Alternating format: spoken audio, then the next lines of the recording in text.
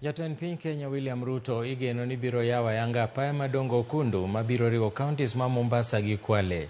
Jatend chenro mar gero apayano kokalo Kena Ezekiel Odede owacho ni osetiek daraja 3 mane odong' e apayano ka sani gidong' mana gi riwo apeyni madongo ma pidho yien e bath apayano kaachiel bende gi geng'o sienyruok mar lowo.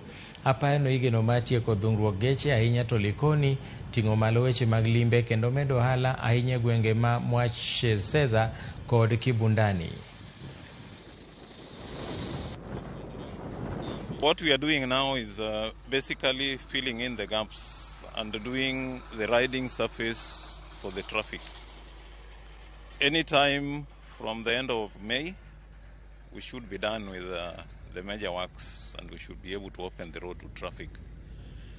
This link will reduce the travel time from Miritini to Kibundani, which is a junction with the road to Lunga, to less than 30 minutes. If you go through the city, the island, and through the ferry, you will spend another 2 hours. But driving on this, at most it takes 30 minutes to get to South Coast. Serikal mamalo